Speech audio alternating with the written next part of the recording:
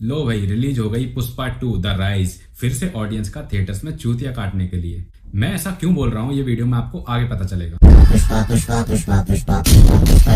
गुंडे, Raees, Satya, WhatsApp, shoot out at Wadala, Kaminey, bullet राजा, ये कुछ ऐसी फिल्में हैं जिनमें किसी गैंगस्टर और राउडी की राइज एंड फॉल की स्टोरी देखने को मिलेगी आपको, जिसमें एक बहुत बड़ा गुंडा होगा जो अपने जूतों की नोक पे पूरे सिस्टम को रखता है, और कोई राइवलरी गैंगस्टर या फिर कोई पुलिस वाला उसके खून का प्यासा होता है, और हमें एक सीधी सादी लड़की दिखाई जाती है जो कि उसके प्यार में पागल होती है, और वो गैंगस्टर ओनली उस लड़की के सामने ही झुकता है। वेट एक सेकंड, ये तो मैं आपको पुष्पा फिल्म की स्टोरी सुना रहा हूँ, लेकिन ये सिमिलर स्टोरी और प्लॉट हमने हिंदी सिनेमा की कई सारी फिल्मों में देख रखा है। लेकिन इतने कॉमन प्लॉट होने के बावजूद भी Pushpa the rise all over India blockbuster hit कैसे हो गई। इस फिल्म में आपको हर वो चीज देखने को मिलेगी जो हम सभी ने किसी ना किसी और फिल्म में ऑलरेडी देख रखी है। तो फिर लोग इस फिल्म को देखने सिनेमा हॉल्स में क्यों गए? क्या सारे के सारे लोग डम्ब थे, या फिर सच में पुष्पा फिल्म के राइटर और डायरेक्टर सुकुमार के हाथ में कोई एक ऐसा फॉर्मूला लग चुका है जिसकी वजह से Pushpa the rise blockbuster hit हुई? जानेंगे इस वीडियो में।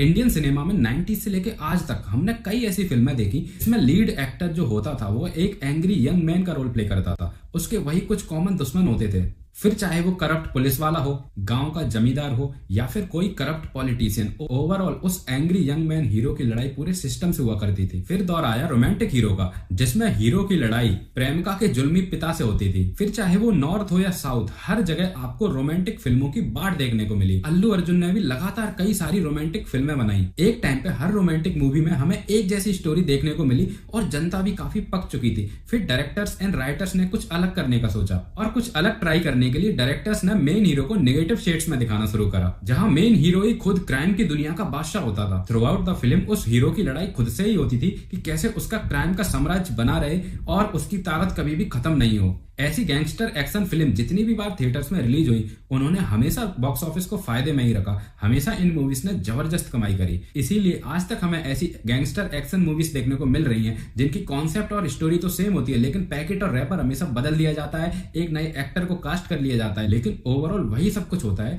जो हमने ऑलरेडी सालों पहले देख रखा है। और आज 2024 में भी इंडियन ऑडियंस इस कॉन्सेप्ट से इतना ऑब्सेस्ड है कि वह पुष्पा 1 के बाद से ही पुष्पा 2 का अभी तक वेट कर रही थी। पुष्पा 1 का ब्लॉकबस्टर सुपर हिट होना ही है बात साफ दर्शाता है कि इंडियन ऑडियंस को चूतिया बनाना कितना आसान है, और कितनी आसानी से किसी भी जेनेरिक सी फिल्म स्टोरी को दिखा के कोई भी डायरेक्टर, राइटर और प्रोड्यूसर पैसा कमा सकते हैं। बस वही रिपीटेटिव स्टोरी हर बार एक नई स्टार कास्ट के साथ दिखाते रहो और हर बार ऑडियंस अपना चूतिया कटवाने आती रहेगी थिएटर्स में। पॉइंट वाइज समझते हैं कि पुष्पा जैसी मीडियोकर स्टोरी लाइन वाली फिल्में भी इंडिया में सुपर हिट कैसे हो जाती हैं। सबसे पहले और मोस्ट इंपोर्टेंट फैक्टर है स्टारडम। पुष्पा, जवान, पठान, सालार, इन सभी फिल्मों में दो चीजें कॉमन थी। पहली तो इनकी स्टोरी बहुत ही बेसिक सी थी जो हमने ऑलरेडी पहले भी देख रखी थी, और दूसरा कॉमन फैक्टर था इन फिल्मों में इनकी स्टार कास्ट। इन सभी फिल्मों में एक बड़े सुपरस्टार को कास्ट किया गया था जो कि मैग्नेट का काम करता है ऑडियंस को पुल करने के लिए। बाहुबली के बाद प्रभास की आप कोई भी फिल्म उठा के देख लीजिए, उसकी स्टोरी और एक्टिंग दोनों ही बहुत ही इडियोटिक थी, फिर भी उसकी हर फिल्म 100 करोड़ के क्लब में आसानी से शामिल हो गई। नॉर्मल कलाकार और एक सुपरस्टार के बीच सबसे बड़ा डिफरेंस होता है कनेक्शन विद मासेस। एक टैलेंटेड कलाकार को रिस्पेक्ट और तारीफ दोनों ही बहुत मिलती हैं, लेकिन किसी भी ऑडियंस को अगर चॉइस दी जाए कि वह मनोज बाजपेयी की मूवी देखना प्रेफर करेगा या फिर एसआरके की, हर ऑडियंस आंखें बंद करके एसआरके की ही मूवी देखना प्रेफर करेगा। उन्हें कोई मतलब नहीं है फिल्म की स्टोरी और स्क्रीन प्ले से। और साउथ इंडिया एक्टर्स की स्टारडम में एक लेवल ऊपर चला जाता है। वहां पे लिटरली एक्टर्स की पूजा करी जाती है, उनके पोस्टर्स के ऊपर दूध चढ़ाया जाता है, उनके कैलेंडर्स की आरती उतारी जाती है। इवन मैंने खुद देखा है कि बच्चे कैसे अपने फेवरेट सुपरस्टार का केक काटते हैं उनके हर बर्थडेज पे।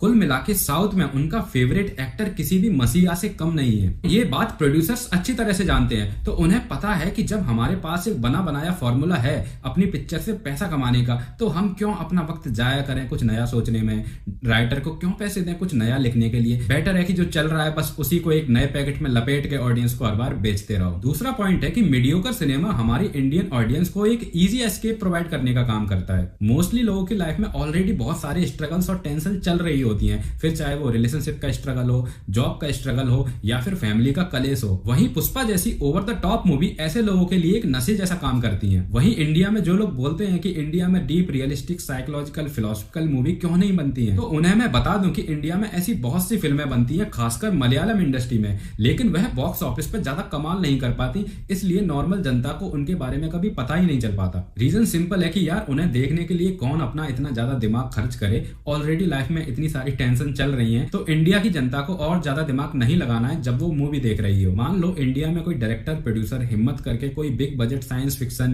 टाइम ट्रेवल या फिर सर्वाइवल थ्रिलर मूवी बनाए, तो क्या जनता उससे रिलेट कर पाएगी? जनता को ये सारी कॉन्सेप्ट समझ ही नहीं आएंगी। इससे हमारा तीसरा पॉइंट आता है लैक ऑफ एजुकेशन। यूं तो इंडिया की लिटरेसी रेट 75% से ज्यादा है, जो कि कई डेवलप्ड नेशन के बराबर है, लेकिन ये बात हम सब जानते हैं कि इंडिया की क्वालिटी एजुकेशन का क्या स्तर है। इंडिया में मुश्किल से 20 से 30% ही लोग होंगे जिन्हें हम रियल मायने में पढ़ा लिखा बोल सकते हैं और जिनसे हम किसी समझदारी की उम्मीद कर सकते हैं, और जिनका इंटेलेक्चुअल लेवल थोड़ा हाई है, ऐसे बहुत ही चंद लोग होंगे इंडिया में। और एक हाई थिंकिंग सिनेमा की फिलोसफी को समझने के लिए इंटेलेक्ट और क्रिटिकल थिंकिंग का होना बहुत जरूरी है। दिल्ली, मुंबई जैसी मेट्रो सिटीज में तो आपको ऐसे कई लोग मिलेंगे जो ओपनहाइमर और सरदार उधम सिंह जैसी मूवीज की इंपोर्टेंस को समझते हैं, लेकिन ओवरऑल इंडिया ऐसे लोगों की संख्या बहुत ही कम है। आप खुद ही सोचो, जो भी हॉलीवुड फिल्म आपने लाइफ में कभी ना कभी देखी होगी, उसमें आपने हमेशा कोई नई टेक्नोलॉजी देखी होगी या फिर उस फिल्म में आपको किसी ना किसी न्यू साइंटिफिक टेक्नोलॉजी से इंट्रोड्यूस कराया जा रहा होगा। अगर आप हॉलीवुड की सिंपल से सिंपल ड्रामा फिल्म भी देखेंगे तो उसके अंदर आपको छुपी हुई आइडियोलॉजी और एक फिलोसफी दिखेगी। हो सकता है वो फिलोसफी आपसे रिलेट ना हो, बट आपको ये सब चीजें देखने को जरूर मिलेंगी। फिर चाहे वो जुरासिक पार्क जैसी बिग बजट एंटरटेनिंग मूवी हो या फिर प्रेस्टीज जैसी ड्रामा फिल्म हो, आप मानो या ना मानो, इन सभी फिल्मों को समझने के लिए बेसिक साइंस और फिलोसफी की नॉलेज होना बहुत जरूरी है। जो लोग दिल्ली मुंबई में रहते हैं उन्हें मेरी बातें एब्सोल्युटली एब्सर्ड लग रही होंगी, बट ट्रस्ट मी, मैं जिस सिटी से आता हूं वहां पे टाइगर श्रॉफ की बागी फिल्म 1 महीने तक चली थी थिएटर्स में। मेरे होम टाउन में किसी का भाई किसी की जान जैसी क्रिंज और पेनफुल मूवी भी हमेशा हाउसफुल होती है। इन सब चीजों से साफ पता चलता है कि इंडिया की ऑडियंस का इंटेलेक्ट लेवल कितना हाई है। वैसे तो पुष्पा जैसी फिल्मों के इंडिया में चलने के बहुत सारे कारण हो सकते हैं, लेकिन आखिरी में एक वजह मैं और आपको बताना चाहूंगा, वो है lack of good option, lack of good choices. जब हर फ्राइडे इंडिया के थिएटर्स में यही सब गंद रिलीज हो रही है तो ऑडियंस भी बेचारी क्या करे। किसी इंसान को चाहिए कि वह थिएटर में जाके कोई इंडियन मूवी देखे, लेकिन उसके पास चॉइस ही क्या बचती है। हर किसी बिग बजट फिल्म की सेम ही स्टोरी होती है, सेम ही प्लॉट होता है, और जो स्मॉल बजट मूवीज होती हैं जिनकी कॉन्सेप्ट तो यूनिक होती है लेकिन उनमें कोई भी बड़ा स्टार नहीं होता, अनफॉर्चुनेटली ऐसी स्मॉल बजट मूवीज को कोई भी सिनेमा हॉल डिस्ट्रीब्यूटर स्क्रीन ही नहीं देता है। अगर हम दिसंबर के मूवी कैलेंडर को भी देखें तो सबसे पहले हमारे सामने जो सबसे बड़ा नाम आएगा वो है multi starrer film welcome to the jungle, उसके बाद वरुण धवन की फिल्म बेबी जॉन, उसके बाद विक्की कौशल स्टारर छावा। हर फिल्म में आपको वही ट्राइड एंड टेस्टेड फॉर्मूला देखने को मिलेगा। और जब डायरेक्टर एंड प्रोड्यूसर को भी पता है कि इस देश में ऑलरेडी मीडियोकर कंटेंट चल रहा है, जनता को भी इतनी कंप्लेन नहीं है, तो वह कोई यूनिक कॉन्सेप्ट फिल्म बनाने का रिस्क क्यों ले। कोई भी प्रोड्यूसर ये नहीं चाहेगा कि उनकी फिल्म का हाल भी SRK की रावण फिल्म की तरह हो। अगर कोई प्रोड्यूसर कुछ अलग भी करना चाहे तो वह रिस्क लेने से डरता है, बिकॉज प्रीवियसली ऐसे हमारे पास कई एग्जांपल्स हैं जिसमें डायरेक्टर प्रोड्यूसर ने कुछ अलग ट्राई करने की कोशिश की